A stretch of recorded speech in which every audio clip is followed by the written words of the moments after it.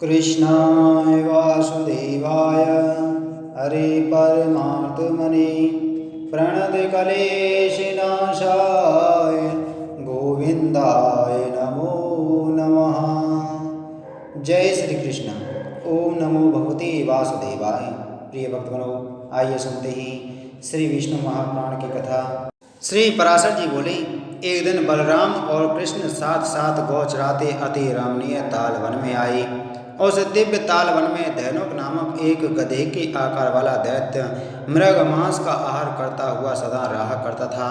उस तालवन को पक्के फलों की संपत्ति से संपन्न देखकर उन्हें तोड़ने की इच्छा से गोपन बोली। गोपों ने कहा, भैया राम और कृष्ण, इस भूमि प्रदेश की रक्षा सदा धेनुकासुर करता है, इसलिए यहाँ ऐसे पक्के पक्के फल लगे हुए हैं। अपनी गंध से संपूर्ण दिशाओं को आमोदित करने वाले ये ताल फल तो देखो। हमें इन्हें खाने की इच्छा है। यदि आपको अच्छा लगे तो थोड़े से झाड़ दीजिए। श्री पराशर जी बोले, गोप कुमारों के ये वचन सुनकर बलराम जी ने ऐसा ही करना चाहिए, यह कहकर फल गिरा दिए और पीछे कुछ फल कृष्णचंद्र ने भी पृथ्वी पर गिराए। गिरते हुए फलों का शब्द सुनकर वह दुर्धर्ष और दुरात्मा गर्भभासुर क्रोधपूर्वक दौड़ आया और उस महाबलवान असुर ने अपने पिछले दो पैरों से बलराम जी की छाती में लात मारी। बलराम जी ने उसके उन पैरों को पकड़ लिया और आकाश में घुमाने लगे। जब वह निर्जीव हो गया तो उसे अत्यंत वेग से उस ताल वृक्ष पर ही दे मारा। उस गधे ने गिरते गिरते उस ताल वृक्ष से बहुत से फल इस प्रकार गिरा दिए जैसे प्रचंड वायु बादलों को गिरा दे। उसके सजातीय अन्य गर्दभ असुरों के आने पर भी कृष्ण और राम ने उन्हें अनायास ही ताल वृक्षों पर पटक दिया। हे मैत्रेय, इस प्रकार एक क्षण में ही पके हुए ताल फलों और गर्दासुरों के देहों से विभूषिता होकर पृथ्वी अत्यंत सुशोभित होने लगी। हे द्विज, तब से उस तालवन में गौएं निर्विघ्न होकर सुखपूर्वक नवीन तृण चढ़ने लगीं, जो उन्हें पहले कभी चढ़ने को नसीब नहीं हुआ था। श्री पराशर जी बोले, अपने अनुचरों सहित उस गर्दासुरों के मारे जाने पर वह सुरम्य तालवन गोप और गोपियों के लिए सुखदायक हो गया। तदंतर धेनुकासुर को मारकर वे दोनों वसुदेव पुत्र प्रसन्न मन से भांडी नामक वट वृक्ष के तले आए। कंधे पर गौ बांधने की रस्सी डाले हुए और वनमालाओं से विभूषित हुए वे दोनों महात्मा बालक सिंहनाद करते गाते वृक्षों पर चढ़ते दूर तक गौएं चराते तथा उनका नाम ले लेकर पुकारते हुए नए सींगों वाले बछड़ों के समान सुशोभित हो रहे थे। उन दोनों के वस्त्र क्रमशः सुनहरी और श्याम रंग से रंगे हुए थे। अतः वे इंद्रधनुष युक्त श्वेत और श्याम मेघ के समान जान पड़ते थे। वे समस्त लोकपालों के प्रभु पृथ्वी पर अवतीर्ण होकर नाना प्रकार की लौकिक लीलाओं से परस्पर खेल रहे थे। मनुष्य धर्म में तत्पर रहकर मनुष्यता का सम्मान करते हुए मनुष्य जातियों के गुणों की क्रीड़ाएं करते हुए वन में विचर रहे थे। वे दोनों महाबली बालक कभी झूला में झूलकर, कभी परस्पर मल्ल युद्ध कर और कभी पत्थर फेंककर नाना प्रकार के व्यायाम कर रहे थे। इसी समय उन दोनों खेलते हुए बालकों को उठा ले जाने की इच्छा से प्रलम्ब नामक दैत्य गोप वेश में अपने को छिपाकर वहां आया।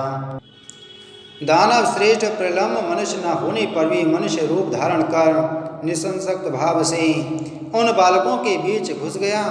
उन दोनों की असावधानता का अवसर देखने वाले उस दैत्य ने कृष्ण को तो सर्वथा अजय समझा, अतः उसने बलराम जी को मारने का निश्चय किया। तदंतर वे समस्त ग्वाल बाल हरिणा क्रीडन नामक खेल खेलते हुए आपस में एक साथ दो बालक उठे। तब श्री दामा के साथ कृष्णचंद्र प्रलम्ब के साथ बलराम और इसी प्रकार अन्यान गोपों के साथ और ग्वाल बाल होड़ बदकर उछलते हुए चलने लगे। अंत में कृष्णचंद्र ने सीदामा को, बलराम जी ने प्रलम्ब को तथा अन्यान कृष्ण पक्षीय गोपों ने अपने प्रतिपक्षियों को हरा दिया। उस खेल में जो बालक हारे थे वे सब जितने बालों को अपने अपने कंधों पर चढ़ाकर भांडी वट तक ले जाकर वहां से फिर लौट कर आए। किंतु प्रलम्बासुर अपने कंधे पर बलराम जी को चढ़ाकर चंद्रमा के सहित मेघ के समान अत्यंत वेग से आकाश मंडल को चल दिया। तब दानव श्रेष्ठ रोहिणी नंदन श्री बलभद्र जी के भार को सहन न कर सकने के कारण वर्षाकालीन मेघ के समान बढ़कर अत्यंत स्थूल शरीर वाला हो गया। तब माला और आभूषण धारण किए, सिर पर मुकुट पहने, गाड़ी के पहियों के समान भयानक नेत्रों वाले अपने पाद प्रहार से पृथ्वी को कंपायमान करते हुए तथा दग्ध पर्वत के समान आकार वाले उस दैत्य को देखकर उस निर्भय राक्षस के द्वारा ले जाए जाते हुए बलभद्र जी ने श्री कृष्णचंद्र से कहा, भैया कृष्ण देखो, छल पूर्वक गोप वेश धारण करने वाला कोई पर्वत के समान महाकाय दैत्य मुझे हरे लिए जाता है। हे मधुसूदन, अब मुझे क्या करना चाहिए यह बतलाओ। देखो, यह दुरात्मा बड़ी शीघ्रता से दौड़ा जा रहा है। श्री पराशर जी बोले, तब रोहिणी नंदन के बलवीर को जानने वाले महात्मा श्री कृष्णचंद्र ने मधुर मुस्कान से अपने ओष्ठ संपुट को खोलते हुए उन बलराम जी से कहा। श्री कृष्णचंद्र बोले, हे सर्वात्मन, आप संपूर्ण गुह पदार्थों में अत्यंत गुह स्वरूप होकर भी यह स्पष्ट मानव भाव क्यों अवलंबन कर रहे हैं? आप अपने इस स्वरूप का स्मरण कीजिए जो समस्त संसार का कारण तथा कारण का भी पूर्ववर्ती है और प्रलय काल में भी स्थित रहने वाला है। क्या आपको मालूम नहीं है कि आप और मैं दोनों ही इस संसार के एकमात्र कारण हैं और पृथ्वी का भार उतारने के लिए ही मृत्यु लोक में आए हैं। हे अनंत, आकाश आपका सिर है, मेघ केश हैं, पृथ्वी चरण है, अग्नि मुख है, चंद्रमा मन है, वायु श्वास प्रश्वास है और चारों दशाएं बाहु हैं। हे भगवान, आप महाकाय हैं, आपके सहस्त्र मुख हैं तथा सहस्त्रों हाथ पांव आदि शरीर के वेद हैं।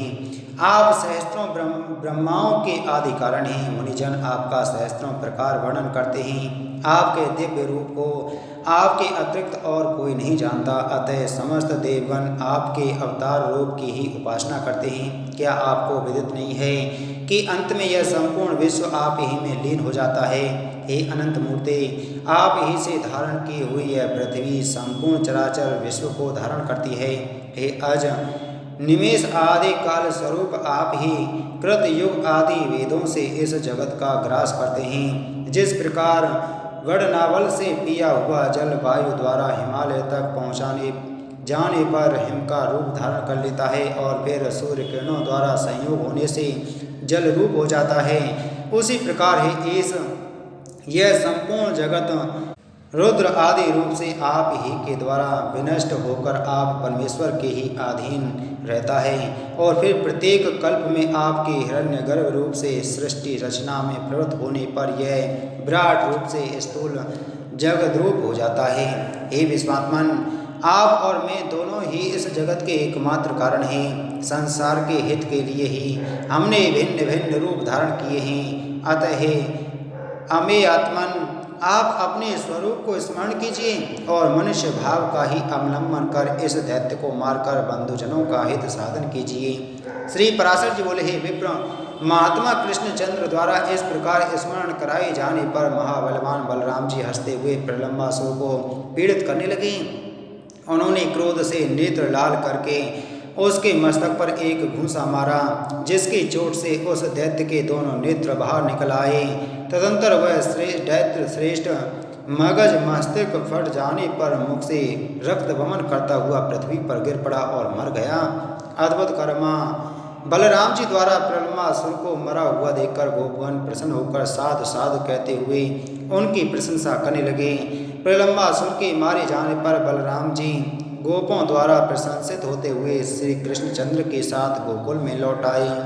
श्री पराशर जी बोले, इस प्रकार उन राम और कृष्ण की ब्रज में विहार करते करते वर्षा काल बीत गया और प्रफुल्लित कमलों से युक्त शरद ऋतु आ गई। जैसे गृहस्थ पुरुष पुत्र और क्षेत्र आदि में लगी हुई ममता से संताप पाते हैं, उसी प्रकार मछलियां गड्ढों के जल में अत्यंत ताप पाने लगी। संसार की असारता को जानकर जिस प्रकार योगी जन शांत हो जाते हैं, उसी प्रकार मयूरगण मदहीन होकर मौन हो गए। विज्ञानीगण सब प्रकार की ममता छोड़कर जैसे घर का त्याग कर देते हैं, वैसे ही निर्मल श्वेत मेघों ने अपना जल रूप सर्वस्व छोड़कर आकाशमंडल का परित्याग कर दिया। विविध पदार्थों में ममता करने से जैसे देहधारियों के हृदय सारहीन हो जाते हैं, वैसे ही शरतकालीन सूर्य के ताप से सरोवर सूख गए। निर्मल चित्त पुरुषों के मन जिस प्रकार ज्ञान द्वारा समता प्राप्त कर लेते हैं, उसी प्रकार शरतकालीन जलों को स्वच्छता के कारण कुमुदों से योग्य संबंध प्राप्त हो गया। जिस प्रकार साधु कुल में चरण देहधारी योगी सुशोभित होता है, उसी प्रकार तारका मंडल मंडित निर्मल आकाश में पूर्ण चंद्र विराजमान हुआ। जिस प्रकार क्षेत्र और पुत्र आदि में बढ़ी हुई ममता को विवेकी जन शनै शनै त्याग देते हैं, वैसे ही जलाशयों का जल धीरे धीरे अपने तट को छोड़ने लगा। जिस प्रकार अंतर्यायों विघ्नों से विचलित हुए कुयोगियों का कलेशों से पुनः संयोग हो जाता है, उसी प्रकार पहले छोड़े हुए सरोवर के जल से हंस का पुनः संयोग हो गया। क्रमश महायोग संप्रज्ञात समाधि प्राप्त कर लेने पर जैसे यदि निश्चल आत्मा हो जाता है, वैसे ही जल के स्थिर हो जाने से समुद्र निश्चल हो गया। जिस प्रकार सर्वगत भगवान विष्णु को जान लेने पर मेधावी पुरुषों के चित्त शांत हो जाते हैं, वैसे ही समस्त जलाशयों का जल स्वच्छ हो गया। योगाग्नि द्वारा कलेश समूह के नष्ट हो जाने पर जैसे योगियों के चित्त स्वच्छ हो जाते हैं, उसी प्रकार शीत के कारण मेघों के लीन हो जाने से आकाश निर्मल हो गया। जिस प्रकार अहंकार जनित महान दुख को विवेक शांत कर देता है, उसी प्रकार सूर्य किरणों से उत्पन्न हुए ताप को चंद्रमा ने शांत कर दिया। प्रत्याहार जैसे इंद्रियों को उनके विषयों से खींच लेता है, वैसे ही शरत काल ने आकाश में से मेघों को, पृथ्वी से धूलि को और जल से मल को दूर कर दिया। पानी से भर जाने के कारण मानो तालाबों के जल पूरक कर चुकने पर अब स्थिर रहने और सूखने से रात दिन कुंभक एवं रेचक क्रिया द्वारा प्राणायाम का अभ्यास कर रहे हैं। इस प्रकार ब्रजमंडल में निर्मल आकाश और नक्षत्र में शरत काल के आने पर श्री कृष्णचंद्र ने समस्त ब्रजवासियों को इंद्र का महत्व मनाने के लिए तैयारी करते देखा। महामति कृष्ण ने उन गोपों को उत्सव की उमंग से अत्यंत उत्साहपूर्ण देखकर कुतूहलवश अपने बड़े बूढ़ों से पूछा, आप लोग जिसके लिए फूले नहीं समाते वह इंद्र यज्ञ क्या है? इस प्रकार अत्यंत आदर पूर्वक पूछने पर उनसे गोपनंद ने कहा, नंद गोप बोले, मेघ और जल का स्वामी देवराज इंद्र है। उसकी प्रेरणा से ही मेघगण जल रूप रस की वर्षा करते हैं। हम और अन्य समस्त देहधारी उस वर्षा से उत्पन्न हुए अन्न को ही वर्तते हैं तथा उसी को उपयोग में लाते हैं। हुए देवताओं को भी तृप्त करते हैं। उस वर्षा से बड़े हुए अन्न से ही तृप्त होकर ये गौएं तुष्ट और पुष्ट होकर सत्ववती एवं दूध देने वाली होती हैं। जिस भूमि पर बरसने वाले मेघ दिखाई देते हैं, उस पर कभी अन्न और तृण का अभाव नहीं होता और न कभी वहाँ के लोग भूखे रहते ही देखे जाते हैं। यह पर्जन्य देव इंद्र पृथ्वी के जल को सूर्य किरणों द्वारा खींचकर संपूर्ण प्राणियों की वृद्धि के लिए उसे मेघों द्वारा पृथ्वी पर वर्षा देते हैं। इसलिए वर्षा ऋतु में समस्त राजा लोग, हम और अन्य मनुष्यगण देवराज इंद्र की यज्ञों द्वारा प्रसन्नतापूर्वक पूजा किया करते हैं। श्री पराशर जी बोले, इंद्र की पूजा के विषय में नंद जी के ऐसे वचन सुनकर श्री दामोदर देवराज को कुपित करने के लिए ही इस प्रकार कहने लगे, हे तात, हम ना तो कृषक हैं और न व्यापारी, हमारे देवता तो गौए ही हैं, क्योंकि हम लोग वनचर हैं। आन्वीक्षिकी, तर्क शास्त्र, त्रयी, कर्मकांड, रणनीति और वार्ता, ये 4 विद्याएं हैं। इनमें से केवल वार्ता का विवरण सुनो। हे महाभाव, वार्ता नाम की विद्या कृषि, वाणिज्य और पशुपालन, इन 3 वृत्तियों की आश्रयभूता है। वार्ता के इन तीनों भेदों में से कृषि किसानों की, वाणिज्य व्यापारियों की और गोपालक हम लोगों की उत्तम वृत्ति है। जो व्यक्ति जिस विद्या से युक्त है उसकी वही इष्ट देवता है, वही पूजा अर्चा के योग्य है और वही परम उपकारणी है। जो पुरुष एक व्यक्ति से फल लाभ करके अन्य की पूजा करता है, उसका ये लोक अथवा परलोक में कहीं भी शुभ नहीं होता। खेतों के अंत में सीमा है तथा सीमा के अंत में वन हैं और वनों के अंत में समस्त पर्वत हैं। वे पर्वत ही हमारी परम गति हैं। हम लोग ना तो किवाड़े तथा भित्ति के अंदर रहने वाले हैं और न निश्चित गृह अथवा खेत वाले किसान ही हैं, बल्कि वन पर्वत आदि में स्वच्छंद विचरने वाले हम लोग चक्रधारी मनुष्यों की भांति समस्त जन समुदाय में सुखी हैं। अतः गृहस्थ किसानों की भांति हमें इंद्र की पूजा करने का कोई काम नहीं। सुना जाता है कि इस वन के पर्वत गण काम रूपी इच्छानुसार रूप धारण करने वाले हैं। वे मनोवांछित रूप धारण करके अपने अपने शिखरों पर विहार किया करते हैं। जब कभी वनवासी गण इन गिरिदेवों को किसी तरह की बाधा पहुंचाते हैं तो वे सिंह आदि रूप धारण कर उन्हें मार डालते हैं। अतः आज से इस इंद्र यज्ञ के स्थान में गिरि यज्ञ अथवा गो यज्ञ का प्रचार होना चाहिए। हमें इंद्र से क्या प्रयोजन है? हमारे देवता तो गौ और पर्वत ही हैं। ब्राह्मण लोग मंत्र यज्ञ तथा कृषक गण शीर यज्ञ हल्का पूजन करते हैं। अतः पर्वत और वनों में रहने वाले हम लोगों को गिरि यज्ञ और गौ यज्ञ करने चाहिए। अतएव आप लोग विधि पूर्वक मेद पशुओं की बलि देकर विविध सामग्रियों से गोवर्धन पर्वत की पूजा करें। आज संपूर्ण ब्रज का दूध एकत्रित कर लो और उससे ब्राह्मणों तथा अन्य याचकों को भोजन कराओ। इस विषय में और अधिक सोच विचार मत करो। गोवर्धन की पूजा, होम और ब्राह्मण भोजन समाप्त होने पर शरद ऋतु के पुष्पों से सजे हुए मस्तक वाली गौएं गिरिराज की प्रदक्षिणा करें। हे गोपन, आप लोग यदि प्रीति पूर्वक मेरी इस सम्मति के अनुसार कार्य करेंगे तो इससे गौओं को गिरिराज और मुझको अत्यंत प्रसन्नता होगी। श्री पराशर जी बोले, कृष्णचंद्र के इन वाक्यों को सुनकर नंद आदि ब्रजवासी गोपों ने प्रसन्नता से खिले हुए मुख से साधु साधु कहा और बोले, हे वत्स, तुमने अपना जो विचार प्रकट किया है वह बड़ा ही सुंदर है। हम सब ऐसा ही करेंगे। आज गिरि यज्ञ किया जाए। तदंतर उन ब्रजवासियों ने गिरि यज्ञ का अनुष्ठान किया तथा दही, खीर और फलों आदि से पर्वतराज को बलि दी।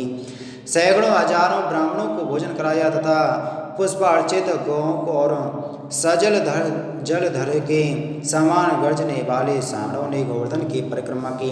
हे ध्वज, उस समय कृष्णचंद्र ने पर्वत के शिखर पर अन्य रूप से प्रकट होकर यह दिखलाते हुए कि मैं मूर्तिमान गिरिराज हूँ, उन गोप श्रेष्ठों के चढ़ाए हुए विविध व्यंजनों को ग्रहण किया। कृष्णचंद्र ने अपने निज रूप से गोपों के साथ पर्वतराज के शिखर पर चढ़कर अपने ही दूसरे स्वरूप का पूजन किया। तदंतर उसके अंतर्धान होने पर गोपगण अपने अभीष्ट वर पाकर गिरियज्ञ समाप्त करके फिर अपने अपने गोष्ठों में चले आए। श्री पराशर जी बोले, हे मैत्रेयी, अपने यज्ञ के रुक जाने से इंद्र ने अत्यंत रोष पूर्वक संवर्तक नामक मेघों के दल से इस प्रकार कहा, अरे मेघों, मेरा यह वचन सुनो और मैं जो कुछ कहूँ उसे मेरी आज्ञा सुनते ही बिना कुछ सोचे विचारे तुरंत पूरा करो। देखो, अन्य गोपों के सहित दुर्बुद्धि नंद गोप ने कृष्ण की सहायता के बल से अंधा होकर मेरा यज्ञ भंग कर दिया है। अतः जो उनकी परम जीविका और उनके गोपत्व का कारण है, उन गौओं को तुम मेरी आज्ञा से वर्षा और वायु के द्वारा पीड़ित कर दो। मैं भी पर्वत शिखर के समान अत्यंत ऊंचे अपने ऐरावत हाथी पर चढ़कर वायु और जल छोड़ने के समय तुम्हारी सहायता करूंगा। श्री पराशर जी बोले, हे द्विज, इंद्र की ऐसी आज्ञा होने पर गौओं को नष्ट करने के लिए मेघों ने अति प्रचंड वायु और वर्षा छोड़ दी। हे मुनि, उस समय एक क्षण में ही मेघों की छोड़ी हुई महान जलधाराओं से पृथ्वी, दिशाएं और आकाश एक रूप हो गए। मेघगण मानो विद्युलता रूप दंडाघात से भयभीत होकर महान शब्द से दिशाओं को व्याप्त करते हुए मूसलाधार पानी बरसाने लगे। इस प्रकार मेघों के अहर्निश बरसने से संसार के अंधकार पूर्ण हो जाने पर ऊपर नीचे और सब ओर से समस्त लोक जलमय सा हो गया। वर्षा और वायु के वेग पूर्वक चलते रहने से गौ के कटे, जंगा और ग्रीवा आदि सुन्न हो गए और कांपते कांपते अपने प्राण छोड़ने लगीं, अर्थात मूर्छित सी हो गईं।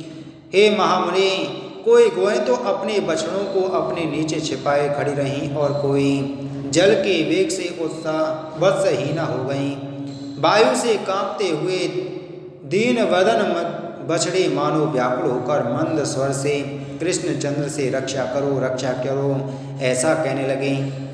हे मैत्रेय, उस समय गौ गोपी और गोपगण के सहित संपूर्ण गोकुल को अत्यंत व्याकुल देखकर श्री हरि ने विचारा, यज्ञ भंग के कारण विरोध मानकर यह सब करतूत इंद्र ही कर रहा है, अतः अब मुझे संपूर्ण ब्रज की रक्षा करनी चाहिए। अब मैं धैर्यपूर्वक बड़ी बड़ी शिलाओं से धनीभूत इस पर्वत को उखाड़कर इसे एक बड़े छत्र के समान ब्रज के ऊपर धारण करूंगा। श्री पराशर जी बोले, श्री कृष्णचंद्र ने ऐसा विचार कर गोवर्धन पर्वत को उखाड़ लिया और उसे लीला से ही अपने एक हाथ पर उठा लिया। पर्वत को उखाड़ लेने पर सूर्यनंदन श्री श्याम सुंदर ने गोपों से हंसकर कहा, आओ शीघ्र ही इस पर्वत के नीचे आ जाओ। मैंने वर्षा से बचने का प्रबंध कर दिया है। यहाँ वायुहीन स्थान में आकर सुखपूर्वक बैठ जाओ, निर्भय होकर प्रवेश करो, पर्वत के गिरने आदि का भय मत करो।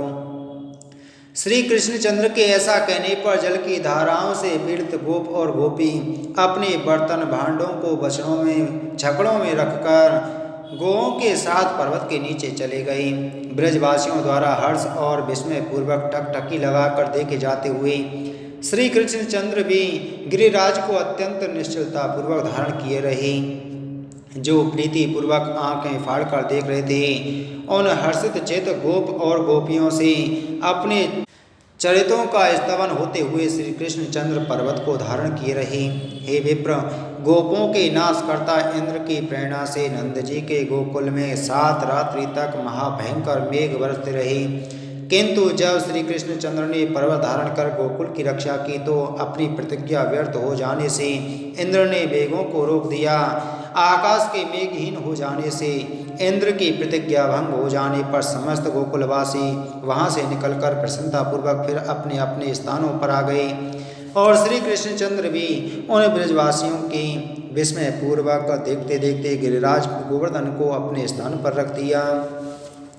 श्री पराशर जी बोले, इस प्रकार गोवर्धन पर्वत का धारण और गोकुल की रक्षा हो जाने पर देवराज इंद्र को श्री कृष्णचंद्र का दर्शन करने की इच्छा हुई। अतः शत्रुजित देवराज गजराज ऐरावत पर चढ़कर गोवर्धन पर्वत पर आए और वहां संपूर्ण जगत के रक्षक गोप वेशधारी महाबलवान श्री कृष्णचंद्र को ग्वाल वालों के साथ गौएं चराते देखा। हे ध्वज, उन्होंने यह भी देखा कि पक्षी श्रेष्ठ गरुण अदृश्य भाव से उनके ऊपर रहकर अपने पंखों से उनकी छाया कर रहे हैं। तब वे ऐरावत से उतर पड़े और एकांत में श्री मधुसूदन की ओर प्रीतिपूर्वक दृष्टि फैलाते हुए मुस्कुरा कर बोले। इंद्र ने कहा, हे श्री कृष्णचंद्र, मैं जिस लिए आपके पास आया हूँ वह सुनिए। हे महाबाहु, आप इसे अन्यथा ना समझें। हे अखिलाधार परमेश्वर, आपने पृथ्वी का भार उतारने के लिए ही पृथ्वी पर अवतार लिया है। यज्ञ भंग से विरोध मानकर ही मैंने गोकुल को नष्ट करने के लिए महामेघों को आज्ञा दी थी। उन्हीं ने यह संहार मचाया है, किंतु आपने पर्वत को उखाड़कर गौओं को बचा लिया।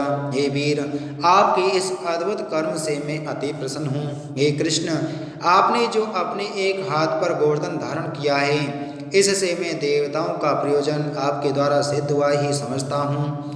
गौवंश की रक्षा द्वारा आपसे रक्षित कामधेनु आदि गौओं से प्रेरित होकर ही मैं आपका विशेष सत्कार करने के लिए यहाँ आपके पास आया हूँ।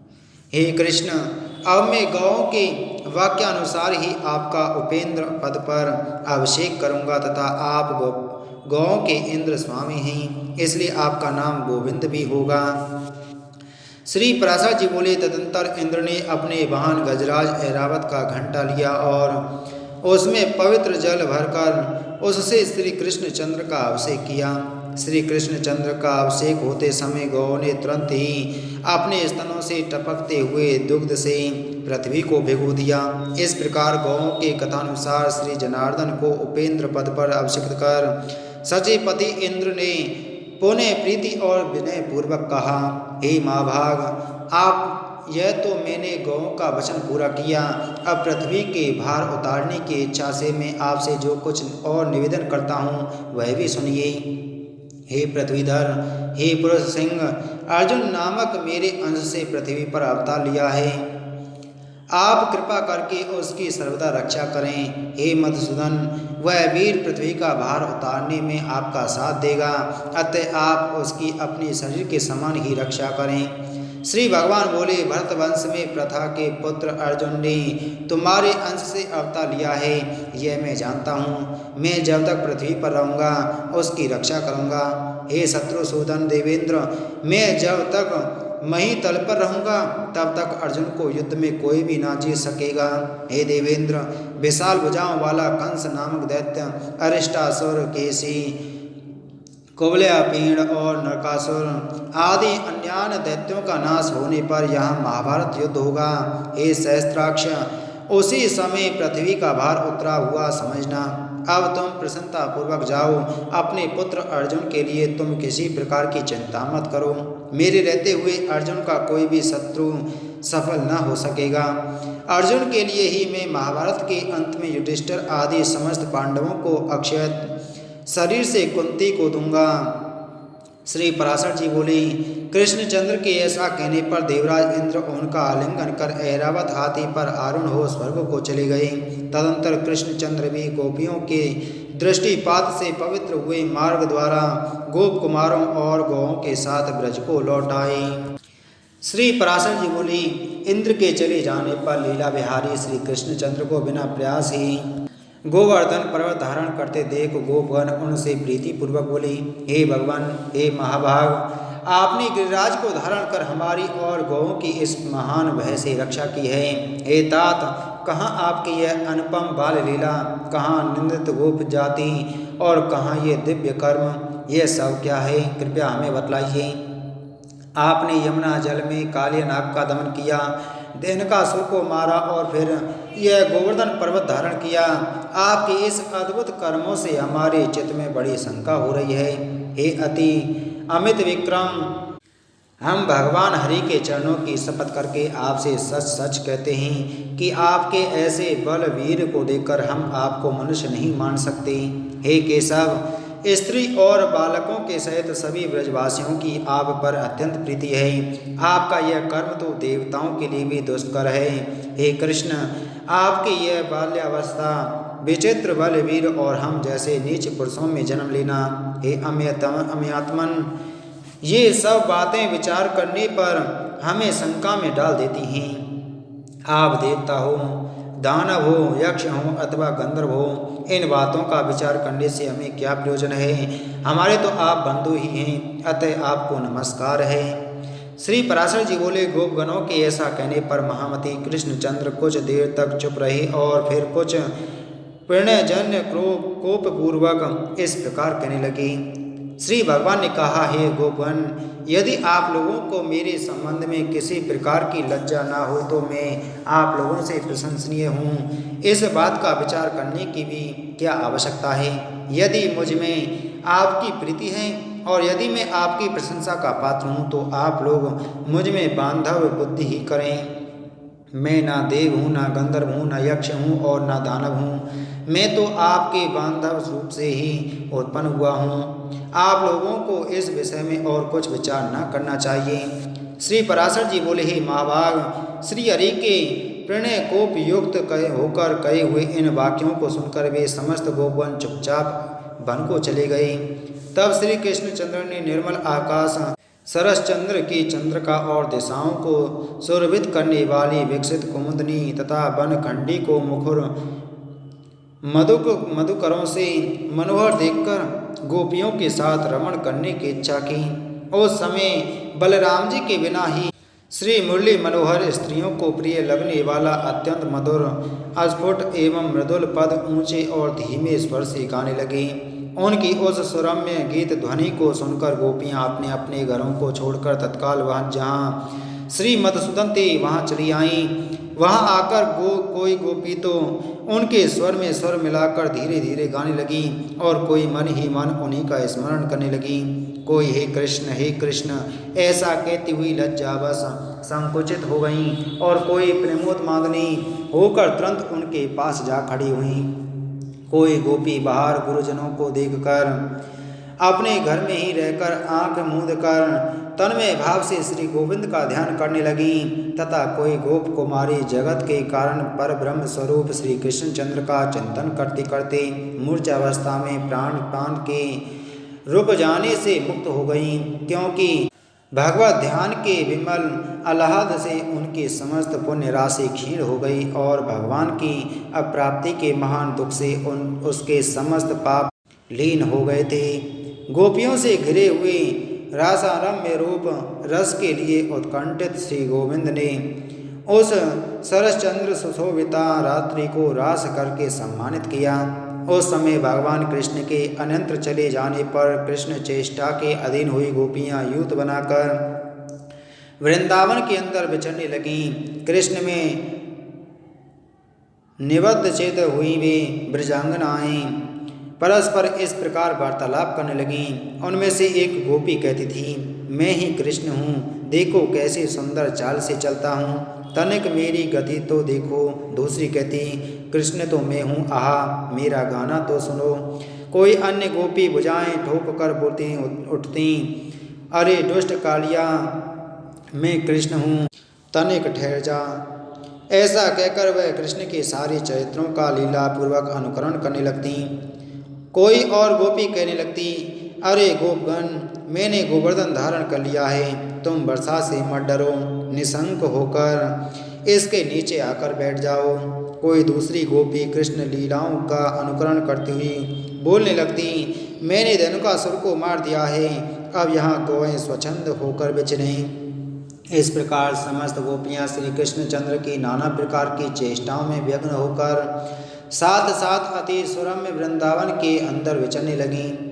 खिले हुए कमल जैसे नेत्रों वाली एक सुंदरी गोपांगना सर्वांग पुलकित हो पृथ्वी की ओर देख कर कहने लगती, अरे आली ये लीला ललितगामी कृष्णचंद्र के ध्वजा वज्र अंकुश और कमल आदि की रेखाओं से सुशोभित पद चिन्ह तो देखो, और देखो उनके साथ कोई पुण्यवती मदमाती युवती भी आ गई है। उसके ये घने छोटे छोटे और पतले चरण चिन्ह दिखाई दे रहे हैं। यह निश्चय ही दामोदर ने ऊंचे होकर पुष्प चयन किए हैं। इसी कारण यहाँ उन महात्मा के चरणों के केवल अग्रभाग ही अंकित हुए हैं। यहाँ बैठकर उन्होंने निश्चय ही किसी बड़भागनी का पुष्पों से श्रृंगार किया है। अवश्य ही उसने अपने पूर्व जन्म में सर्वात्मा श्री विष्णु भगवान की उपासना की होगी। और यह देखो पुष्पबंधन के सम्मान से गर्विता होकर उसके मान करने पर श्री नंदनंदन उसे छोड़कर इस मार्ग से चले गए हैं। अरे सखियों देखो, यहाँ कोई नितंब भार के कारण मंदगामिनी गोपी कृष्णचंद्र के पीछे पीछे गई है। वह अपने गंतव्य स्थान को तीव्र गति से गई है। इसी से उसके चरण चिन्हों के अग्रभाग कुछ नीचे दिखाई देते हैं। यहाँ वह सखी उनके हाथ में अपना प्राण पल्लव देकर चली है। इसी से उसके चरण चिन्ह पराधीन से दिखलाई देते हैं। देखो यहाँ से उद्मंदगामिनी के निराश होकर लौटने के चरण चिन्ह दिख रहे हैं। मालूम होता है उस धूर्त ने उसकी अन्य आंतरिक अभिलाषाओं को पूर्ण किए बिना ही केवल कर स्पर्श करके उसका अपमान किया है। यहाँ कृष्ण ने अवश्य उस गोपी से कहा है, तो यहीं बैठ, मैं शीघ्र ही जाता हूँ। इस वन में रहने वाले राक्षस को मारकर पुनः तेरे पास लौटाऊंगा। इसलिए यहाँ उनके चरणों के चिन्ह शीघ्र गति से दिख रहे हैं। यहाँ से कृष्णचंद्र गहन वन में चले गए हैं। इसी से उनके चरण चिन्ह दिखलाई नहीं देते। अब सब लौट चलो, इस स्थान पर चंद्रमा की किरणें नहीं पहुँच सकती। तदंतर वे गोपियाँ कृष्ण दर्शन से निराश होकर लौट आईं और यमुना तट पर आकर उनके चरितों को गाने लगीं। तब गोपियों ने प्रसन्न मुखारविंद त्रिभुवन रक्षक लीला विहारी श्री कृष्णचंद्र को वहां आते देखा। उस समय कोई गोपी तो श्री गोविंद को आते देखकर अति हर्षित होकर केवल कृष्ण कृष्ण कृष्ण इतना ही कहती रह गई और कुछ ना बोल सकी। कोई प्रणय कोपवश अपनी भ्रूभंगी से ललाट सिकोड़कर श्री कृष्ण को श्री हरि को देखते हुए अपने नेत्र रूप भ्रमरों द्वारा उनके मुख कमल का मकरंद पान करने लगी। कोई गोपी गोविंद को देख नेत्र मूंद कर उन्हीं के रूप का ध्यान करती हुई योगारूढ़ सी भाषित होने लगीं। तब श्री माधव किसी से प्रिय भाषण करके, किसी की ओर भ्रूभंगी से देखकर और किसी का हाथ पकड़कर उन्हें मनाने लगे। फिर उदार चरित श्री हरि ने उन प्रसन्नचित्त गोपियों के साथ रास मंडल बनाकर आदरपूर्वक रमण किया, किंतु उस समय कोई भी गोपी कृष्णचंद्र की सन्निधि को न छोड़ना चाहती थी। इसलिए एक ही स्थान पर स्थिर रहने के कारण रासोचित मंडल न बन सका। तब उन गोपियों में से एक एक का हाथ पकड़कर श्री हरि ने रास मंडल की रचना की। उस समय उनके कर स्पर्श से प्रत्येक गोपी की आंखें आनंद से मूंदी जाती थीं। तदनंतर रास क्रीड़ा आरंभ हुई। उसमें गोपियों के चंचल कंकड़ों की झनकार होने लगती और फिर क्रमशः शरद वर्णन संबंधी गीत होने लगे।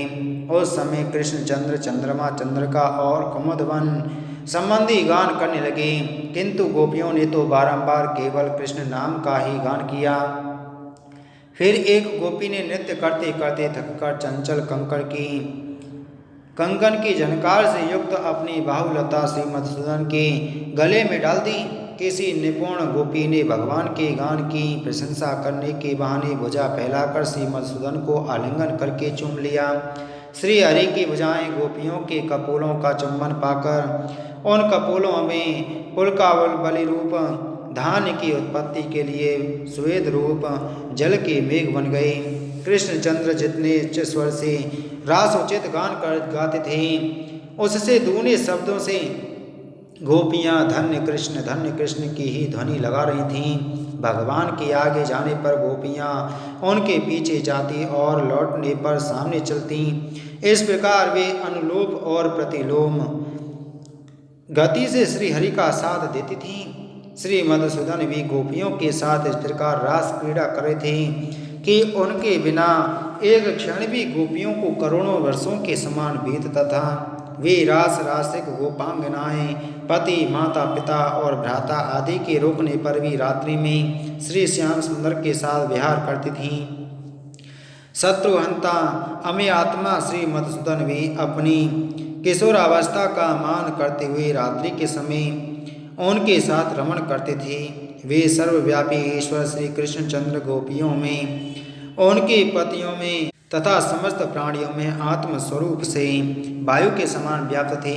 जिस प्रकार आकाश, अग्नि, पृथ्वी, जल, वायु और आत्मा समस्त प्राणियों में व्याप्त है, उसी प्रकार वे भी सब पदार्थों में व्यापक हैं। इसी के साथ आज की हमारी श्री विष्णु महापुराण की कथा संपूर्ण हुई। बोलो विष्णु पुराण की जय। बोलो श्री कृष्णचंद्र भगवान की जय।